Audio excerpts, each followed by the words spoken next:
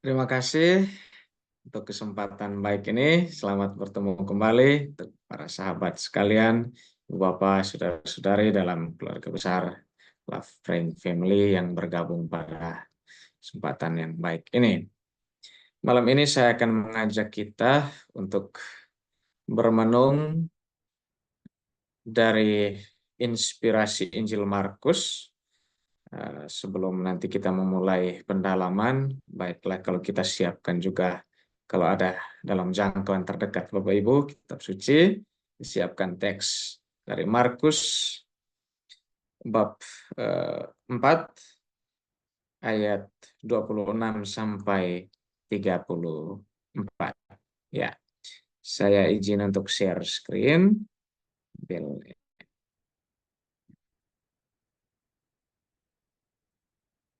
Oke.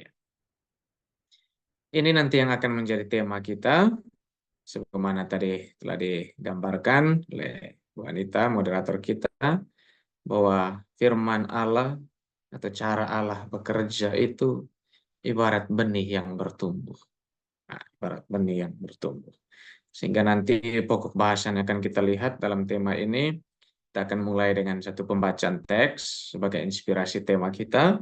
Lalu kita akan melihat bahwa ada dua prinsip paling dasar ketika petani bekerja untuk menabur benih itu dan cara benih itu bertumbuh. Dan nanti sebagai oleh-oleh praktis untuk kita, bekal aplikatif, dan kita sertakan juga pesan-pesan reflektif yang boleh kita jadikan pegangan dalam aplikasinya. Mari kita mengawali dengan pembacaan teks Injil Markus bab 4 ayat 26 sampai 34. Perumpamaan tentang benih yang tumbuh. Lalu kata Yesus, "Beginilah hal kerajaan Allah itu. Seumpama orang yang menaburkan benih di tanah, lalu pada malam hari ia tidur, dan pada siang hari ia bangun. Dan benih itu mengeluarkan tunas, dan tunas itu makin tinggi. Bagaimana terjadinya tidak diketahui orang itu. Bumi dengan sendirinya mengeluarkan buah, mula-mula tangkainya, lalu bulirnya, kemudian butir-butir yang penuh isinya dalam bulir itu. Apabila buah itu sudah cukup masak, orang itu segera menyabit, sebab musim menuai sudah tiba." Katanya lagi, "Dengan apa hendak kita membandingkan kerajaan Allah itu? Atau dengan perumpamaan manakah hendaknya kita menggambarkannya? Hal kerajaan surga itu seumpama biji sesawi yang ditaburkan di tanah. Memang biji itu yang paling kecil daripada segala jenis benih yang ada di bumi. Tapi apabila ia ditaburkan, ia tumbuh dan menjadi lebih besar daripada segala sayuran yang lain, dan mengeluarkan cabang-cabang yang besar, sehingga burung-burung di udara dapat bersarang dalam naungannya." Dalam banyak perumpamaan yang semacam itu, ia memberitakan firman kepada mereka, sesuai dengan pengertian mereka. Dan tanpa perumpamaan, ia tidak berkata-kata kepada mereka, tetapi kepada murid-muridnya, ia menguraikan segala sesuatu secara tersendiri.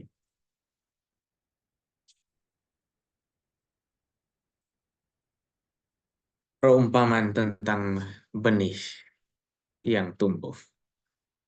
Ini dasar inspirasi kita bagi penentuan tema ini. Selanjutnya kita akan melihat dan menarik pesan-pesan reflektif yang boleh kita jadikan bekal supaya juga menjadi pegangan dalam hidup harian kita. Secara tegas dapat kita katakan bahwa gagasan utama dari Injil ini yang kemudian juga membantu menjelaskan tentang tema bahwa firman Tuhan itu bekerja dalam diam secara perlahan-lahan dan tersembunyi. Jadi ini kesan yang secara umum bisa kita gambarkan bahwa Allah itu seperti dikatakan dalam perumpamaan tentang benih yang tumbuh itu, kerjanya dalam diam. Juga tidak sekali jadi, tetapi perlahan-lahan dan tidak selalu jelas kelihatan.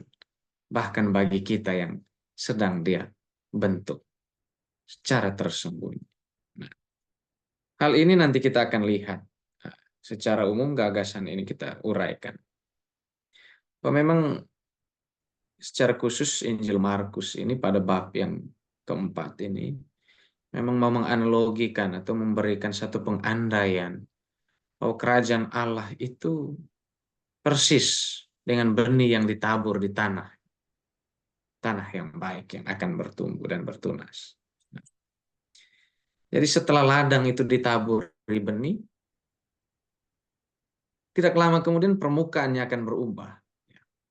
Kita mulai membayangkan mungkin dalam kesempatan tertentu kita pernah melakukan aktivitas menanam. Kalau bukan di lahan yang luas sekali, ya cukup di satu pot yang mungkin mudah untuk kita garap. Setelah benih ditaburi, pada waktu yang tidak terlalu lama, biasanya keadaan atau tampilan pot yang kita taburi benih, atau kita tanami sesuatu itu akan berubah. Mulai ada tunas-tunas yang hijau yang mulai muncul. Entah tunas itu muncul memang dari benih yang kita tabur, ataupun rumput-rumput liar yang juga ikut tumbuh. Nah, jadi ini juga mau menggambarkan bahwa cara Allah mengubah hati seseorang melalui firman-Nya juga itu tidak selalu jelas. Tidak Hmm. selalu bisa kita uraikan. Sama halnya seperti benih yang tumbuh itu tidak bisa dijelaskan. Bagaimana prosesnya. Jadi dalam bentuk yang lain, dalam bagian yang lain itu kita dengar ungkapan ini. Seperti angin yang bertiup, begitulah cara kerja Tuhan itu. Kita tahu dan kenal dari bunyinya. Kita merasakan bahwa angin sedang bertiup, tetapi kita tidak pernah tahu dengan pasti dari mana angin itu berasal atau kemana ia pergi. Ini juga penggambaran yang kerap dipakai dalam Injil, kitab suci, untuk menggambarkan bahwa firman Allah yang bekerja dalam diri dan hidup kita, dalam hati kita sebagai tempat benih itu ditabur, kadang-kadang demikian. Tidak selalu bisa kita kenali kapan datang, kapan perginya. Tapi nanti pada akhirnya kita akan merasakan dan menyadari ketika sudah ada buah yang dihasilkan. Nah, ini penggambaran kalau dalam ungkapan yang agak formal dalam studi kitab suci namanya eksegese sebagai pengantar kita menarik pesannya.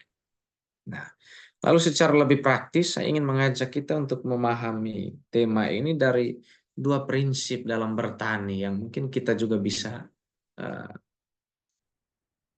pakai sebagai penjelasan untuk menggambarkan tema kita malam ini. Bahwa yang pertama, petani yang menabur benih itu tidak tahu bagaimana cara benih yang sudah tertimbun dalam tanah itu bertunas. Ya. Atau kalau kita pernah menanam misalnya di polybag, di pot, benih yang kita tanam itu yang tertimbun dalam tanah lalu kita siram, bagaimana cara kerjanya itu kita tidak bisa jelaskan. Kita baru sadar ketika sudah mulai ada ya, pucuk-pucuk hijau yang muncul dan sebagainya. Jadi seperti halnya petani yang tidak tahu caranya bagaimana benih itu bertunas, kita pun tidak selalu bisa menjelaskan bagaimana berkat-berkat Tuhan itu juga datang ke dalam hidup kita. Saya sangat yakin. Tidak selalu bisa kita jelaskan pengalaman-pengalaman kita. Jadi firman Allah itu bekerja dalam dia, perlahan-lahan dan tersembunyi, bahkan dari penerima berkat. Juga kita tidak selalu bisa menjelaskan semua kebaikan yang kita terima, berkat-berkat yang berkelimpahan yang menghampiri hidup kita. Kita tidak selalu punya gambaran yang jelas menggambarkan itu. Bagaimana itu terjadi? Apakah ini karena usaha saya? Apakah ini karena kebaikan saya? Apakah ini karena kebaikan orang lain? Ataukah ini karena sesuatu lain. Seringkali kita tidak selalu bisa menjelaskan. Sama halnya, petani pun ketika ditanya, bagaimana benih yang ditanam itu mulai bertunas, dia tidak bisa menjelaskan. Karena selanjutnya yang bekerja adalah alam yang menerima benih itu. Yang selanjutnya bekerja adalah roh yang mendiami hati kita yang menerima firman itu. Dan pada akhirnya dia akan mulai bertunas, bertumbuh, dan pada akhirnya akan berbuah. Jadi di hadapan pengalaman-pengalaman semacam itu, kadang kita hanya bisa bilang, Tuhan itu baik untuk saya. Dia baik sekali. Tuhan luar biasa. Atau dalam ungkapan syukur lain yang sering kita secara spontan sampaikan. Itu biasanya menjadi ungkapan-ungkapan untuk kita membahasakan hal-hal yang kita tidak bisa jelaskan. Betapa hidup kita itu diberkati dengan banyak berkat. Disertakan dengan banyak kebaikan. Dipagari dengan banyak rahmat. Di hadapan pengalaman-pengalaman itu kadang kita tidak bisa menjelaskan. Seperti halnya petani tidak tahu caranya benih itu bertunas. Jadi cara kerja Tuhan bagai benih yang tumbuh itu. Dalam diam, perlahan-lahan, dan tersembunyi. Satu benih yang ditabur itu tidak serta-merta dia menjadi satu pohon yang besar. Kalau itu adalah benih. Tetapi dia melalui proses perlahan.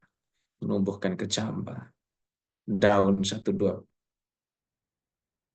kemudian pohonnya, rantingnya, dan sebagainya. Jadi ini juga menggambarkan bahwa terhadap apapun yang kita sadari saat ini sebagai berkat yang kita terima dari Tuhan, Tuhan merangkai itu dalam proses bertahap, secara perlahan-lahan, tersembunyi, dan kadang kita tidak sadar. Tahu-tahunya dia sudah menghasilkan buah. Dan biasanya pada saat itu baru kita mulai sadar. Jadi ini prinsip yang pertama. Petani itu sendiri yang menaburkan benih itu tidak tahu kemana cara benih itu bertunas.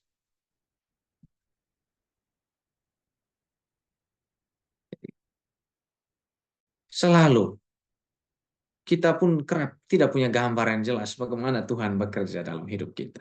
Ya, sekali lagi, kita mungkin kadang bertanya, mengapa kita yang dulu tidak bisa apa-apa misalnya dalam banyak hal, sekarang bisa dalam banyak hal. Atau mengapa kita yang dulu tidak punya apa-apa sekarang diberkati dengan banyak kelimpahan. Gitu. Atau mungkin kita mengajukan pertanyaan, mengapa saya sekarang begini padahal dulu saya begini. Mengapa keluarga saya sekarang begini padahal dulu begini. Atau pertanyaan semacam itu yang kadang kita tanyakan karena kita tidak selalu bisa memahami karya-karya Tuhan dalam hidup kita. Nah, maka mungkin kalau kita berusaha untuk memberi satu jawaban yang paling mudah yang bisa kita beri mungkin begini. Karena kita telah sungguh berjuang, maka kita memperoleh hal-hal itu. Tetapi sebetulnya tidak. Bisa jadi hal itu juga menentukan, tapi perjuangan kita itu saja tidak cukup. Ternyata. Bukan itu saja yang menjadi jawabannya. Mengapa kita dipenuhi dengan berkat? Atau mengapa hidup kita itu diberikan banyak kejutan? Karena ternyata lebih-lebih karena benih-benih yang ditanamkan dalam hati kita, dalam diri kita itu kini telah mulai bertumbuh dan berbuah. Kalau kita merasa bahwa saat ini mungkin hidup kita secara rohani lebih maju dari sebelumnya, percayalah ini juga berkat. Percayalah bahwa ini adalah benih-benih yang telah mulai tumbuh dan mulai menghasilkan buah. Nabi Yesaya katakan, firman Tuhan itu tidak akan kembali sebelum menghasilkan buah. Apapun yang kita renungkan, apapun yang kita baca, kita petik dari firman Tuhan, Mungkin buahnya tidak kita dapatkan pada saat itu, tetapi pada saatnya. Sama halnya, kalau kita menanam sepohon, katakan pohon mangga, hal paling terakhir yang muncul itu memang buah. Sama halnya, kebaikan-kebaikan yang ditanamkan dalam diri kita, mungkin kita merasa bahwa belum ada buah-buah yang bisa saya nikmati. Bersabar saja karena memang pada saatnya. Seperti halnya tanaman yang kita tanam itu, hal paling terakhir yang datang itu adalah buah. Kalaupun terlihat hal-hal baik yang kita kerjakan seolah-olah belum menghasilkan buah, teruslah berbuat baik. Itu ibarat pohon yang terus bertumbuh, berkembang, dan pada akhirnya, pada saatnya, pada musimnya, dia akan mendatangkan buah. Mungkin kita bertanya, kalau kita beranggapan bahwa benih-benih yang ditanamkan dalam diri kita itu kini mulai bertumbuh dan berbuah, kira-kira dari mana saja benih itu datang? Siapa penabur benih? Injil Markus malam ini memberi kita gambaran penabur benih itu adalah Allah sendiri. Dan Allah bekerja melalui orang-orang konkret, pribadi-pribadi nyata yang bisa kita lihat, bisa kita sentuh, bisa kita akrabi, bisa kita sapa, bisa kita cintai, bisa kita kasih. Tuhan bekerja melalui cara-cara nyata demikian untuk menaburkan kebaikan dalam diri kita. Bisa jadi itu orang tua kita, para pengajar, para guru, melalui khotbah-khotbah yang kita dengar, pasangan kita, bahkan anak-anak kita, atau siapapun yang Tuhan tempatkan ke dalam hidup kita untuk kita berelasi dengan mereka. Mereka bisa menjadi penabur-penabur benih.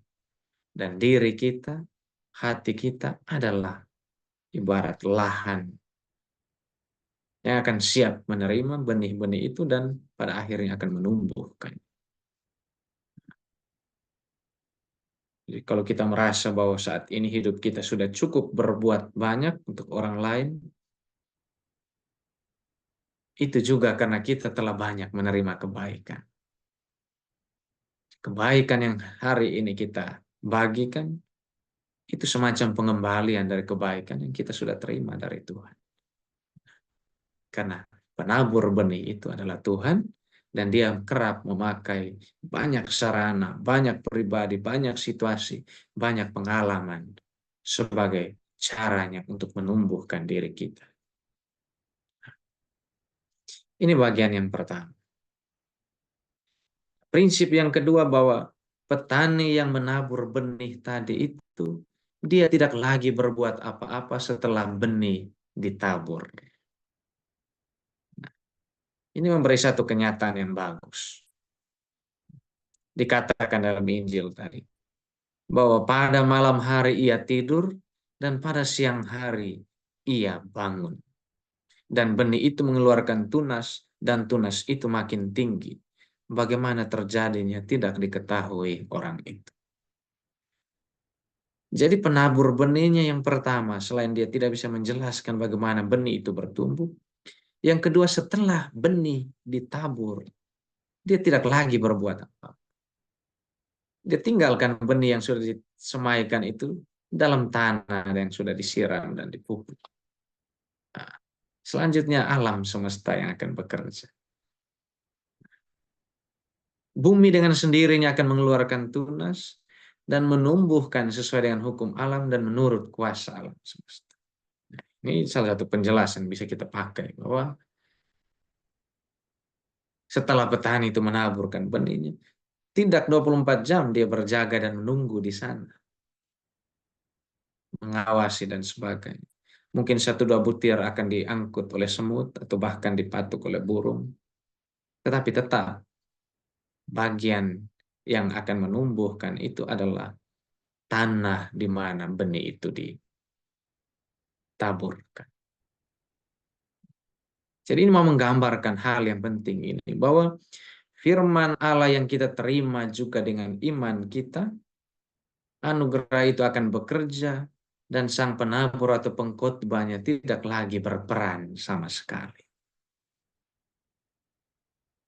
Selanjutnya yang berperan adalah tanah yang akan menumbuhkan. Firman yang kita terima itu selanjutnya tidak lagi bergantung pada penabur firman itu, kepada pengkhotbahnya, atau pada sumber dari mana permenungan misalnya kita dapatkan. Selanjutnya yang akan menentukan apakah benih itu bertumbuh atau tidak adalah lahan di mana benih itu ditaburkan. Ini gagasan yang baik sekali. Sehingga nanti aplikasinya kita akan lihat hal-hal yang agak mengejutkan. Nah, ya. Seperti Ayub katakan, Roh Allah akan melanjutkan pekerjaannya ketika sang pengkhotbah sedang nyenyak tertidur. Ya. Jadi firman yang malam ini kita renungkan, dia akan mulai bekerja. Bahkan ketika ya saya membagikan permenungan ini tidur dengan nyenyak. Misalnya.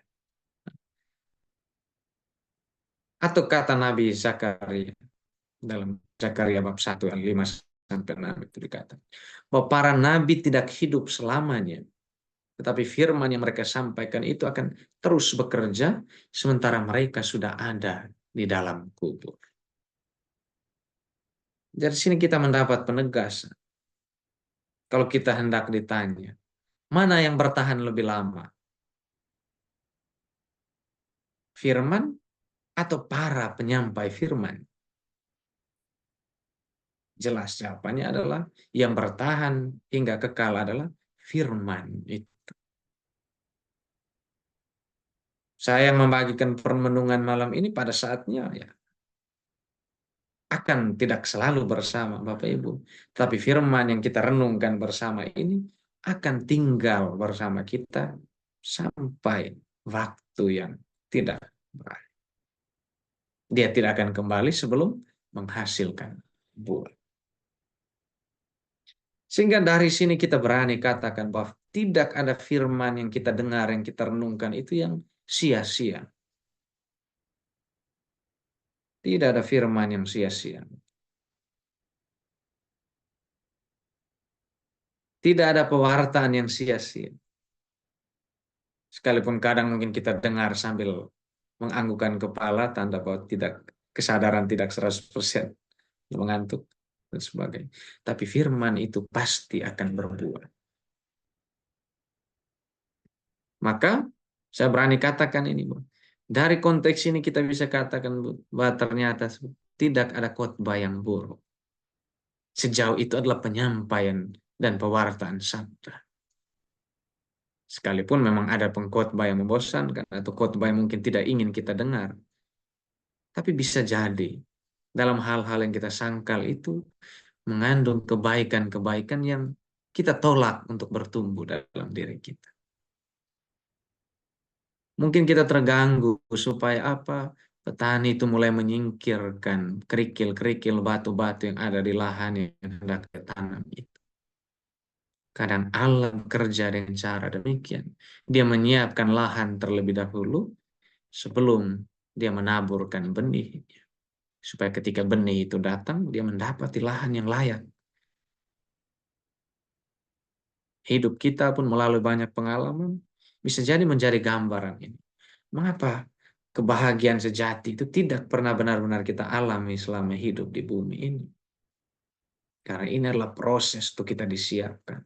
Supaya benih-benih yang Tuhan tabur dalam hati kita itu akan benar-benar bertumbuh dan pada akhirnya menghasilkan.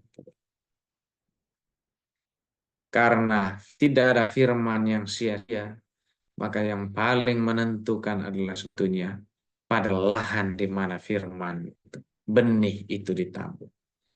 Dan karena itu adalah hati dan diri kita, maka firman yang menetap selamanya itu juga akan bertumbuh dan berkembang sejauh mana lahan kita produktifkan atau lahan kita didapati dalam keadaan tandus dan sebagainya. Buahnya bergantung pada hati kita sebagai lahan. Jadi firman yang disampaikan ini pun, permenungan kita malam ini pun akan tetap bersama Bapak Ibu, akan bersama kita sepanjang umur hidup kita. Sekalipun kita sudah lupa, karena Tuhan sudah menanamkan benihnya itu. Dan dia akan terus bertumbuh dan bekerja dalam diam secara tersembunyi tanpa kita sadar.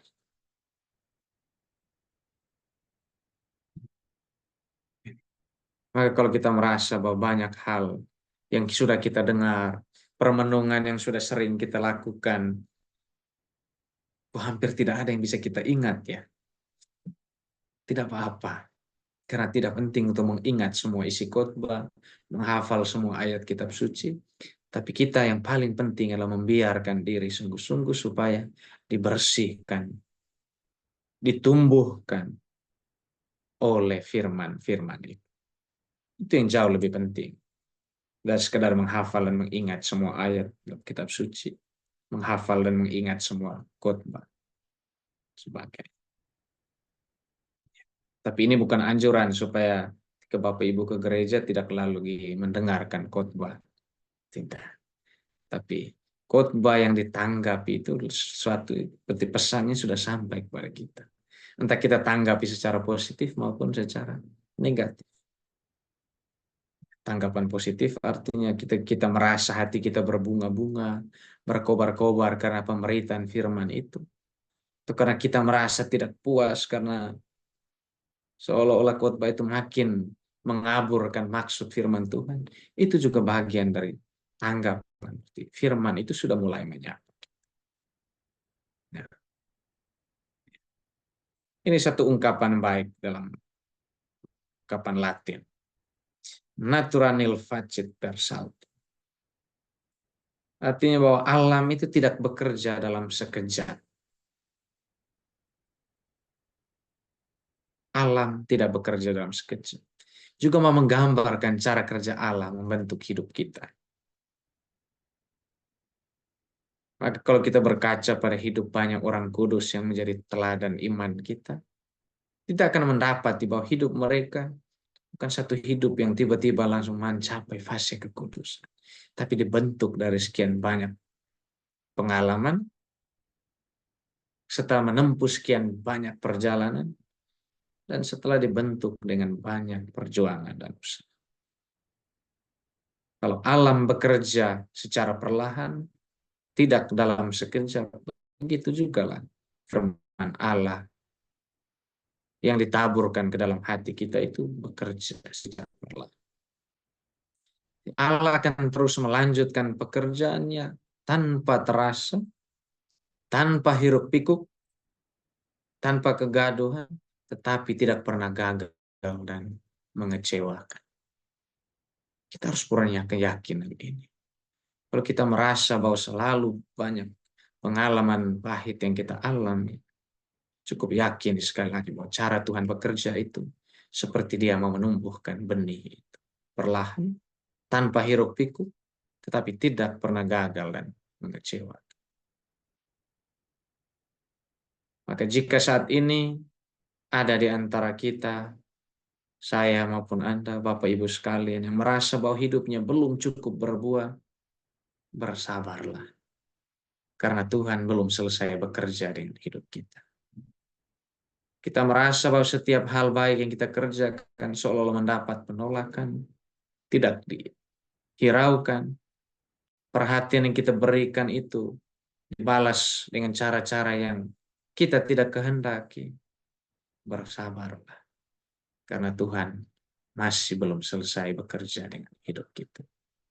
Kalau kita merasa bahwa usaha-usaha kita untuk maju dalam kerohanian seolah-olah tidak menunjukkan tanda-tanda kemajuan, bersabarlah. Allah sedang bekerja dan cara kerja Allah itu seperti benih yang bertumbuh, bekerja dalam diam, secara perlahan dan tersembunyi. Semoga dengan kita mengalami dan meyakini betul bahwa Allah sedang bekerja dalam hidup kita, kita juga bersabar untuk menantikan buah-buah dari hal-hal baik yang tengah kita usahakan. Kita akan terus bertekun dalam kebajikan-kebajikan yang sedang kita perjuangkan. Amin. Tuhan memberkati. Saya kembalikan ke Bu Anita. Terima kasih.